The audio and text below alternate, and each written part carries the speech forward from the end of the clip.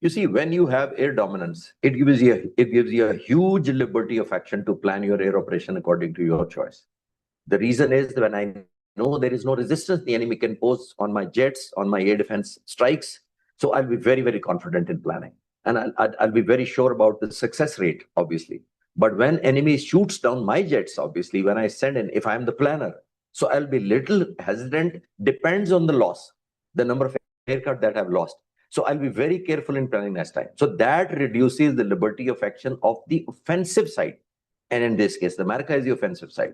If I was the military strategist from American point of view, and I was told that you lost 10 or 12 aircraft in last 3 weeks, obviously this obviously sends some jitters to me that my claim or my belief of air dominance is false. Obviously, the enemy is resisting.